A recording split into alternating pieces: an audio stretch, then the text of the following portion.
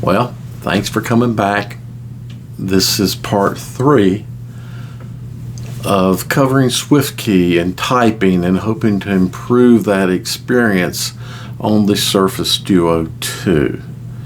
This one we're going to cover primarily themes, but it's also going to hit on some of the other settings that are available.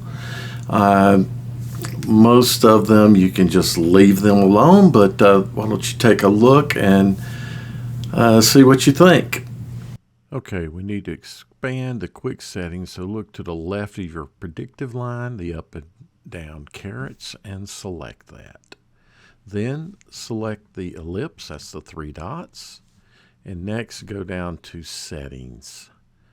And you select that, and now we have our settings. So the first thing I want you to take a look at here is languages. Just as how you can see that the keyboard can support other languages, and you can add from the list here. Okay, now let's select the back arrow to go back to settings. We'll go down and you can see the next option is themes. You can select things from here, or we can go back. Let's bring back up the keyboard and let's go back to the 3 dot ellipse, and you'll see that you have a themes option here in the quick settings. So here you've got your gallery, you have your themes that you have already selected and used. The gallery is going to be full of other themes, and there is a custom option where you can create your own themes. So let's go look at the gallery, and we'll just take a quick look at a few of the gallery options here. I'm not going to go through all of them, but you go through and find the theme that works best for you. Background, foreground, any kind of graphics you may want. There are a number of themes to choose from. No need to look at all the themes. We'll take a quick look at my theme since there's not many here. So you can see the different various themes I've used on this device and go over to custom. Here you can create your own themes. I have not done this. We'll go back over to gallery and let's select a theme and let you see how that works. So we'll scroll down and find a theme. I didn't want to bore you looking at through all the themes. I was looking for a high contrast one. We'll take this one right here. We'll select it. So when you select a theme, this now becomes your theme of the keyboard. Of course, you might want to take a look and see how the theme actually looks out in your use. So we'll minimize this keyboard here.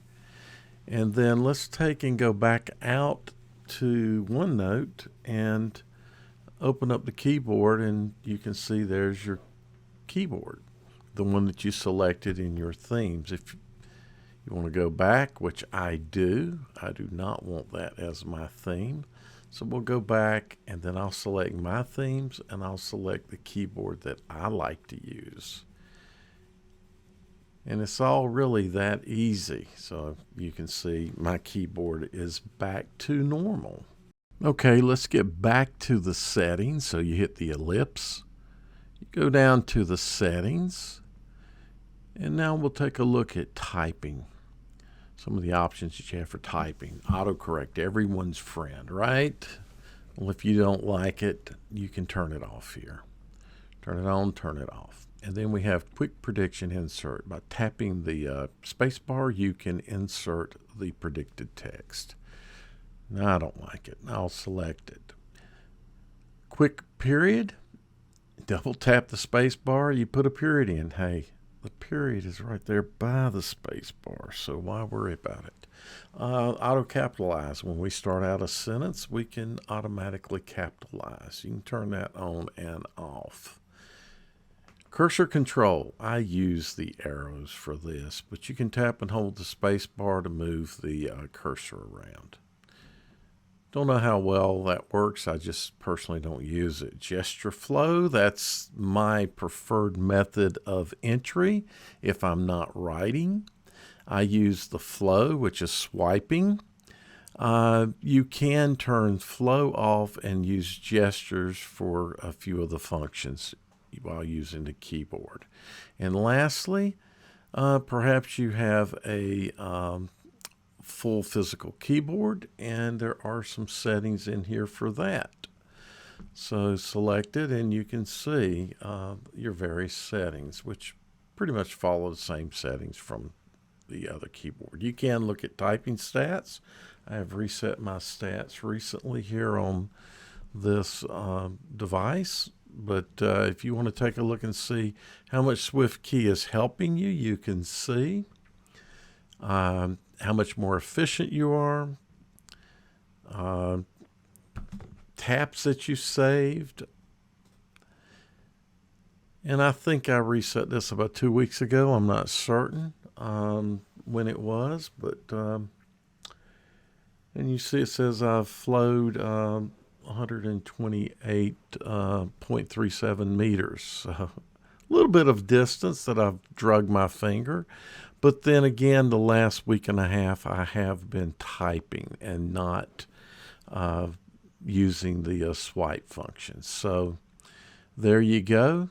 That's the settings for the keyboard typing. So let's go to emoji. And if you want to have emojis, you can turn on emoji predictions, and thus it'll pop up in the predictive text area. Or you can just go find them. So if you type strawberry, strawberry will show up as an option. Or you can have the dedicated emoji key. You can turn that on or off. If you don't use emojis, then you can turn that on. Or you can turn that off. So I have the emoji key on because I sometimes use them. Rich input. I'm going to go over later voice input, but that's where you would come in to set this, but you can have task suggestions if you use Microsoft's To Do. That's another app that I'll probably cover in another video. You do have a clipboard. I'm not going to go on the clipboard here. And voice typing. So if you want to be able to talk and have your speech turned into text, and you can see here, you will press and hold that option. If you don't want it, you turn it off and you see the microphone went away. Turn it back on, press and hold where you see the mic, and you can quickly start talking into the keyboard, and the keyboard will convert it to text. We've gone over the layout and keys. Let's take a look at sound and vibration. This is feedback that you get from the keyboard. What kind of sound it makes, how loud it is, and any vibration. So here you can see the sound. I use the Surface sound because I use Surface Pro as well. And the vibration, I leave it to default, but if you want to get a little more feedback, you can change that. It defaults to, I think Android is that 10 millisecond default setting. Privacy, perhaps you don't want Microsoft having any of your information. This doesn't worry me too much. If it does, I turn it off, turn it on. Just depends on what kind of feedback you want to give on the use of the keyboard and improvement of the keyboard. So if you're concerned, turn that off.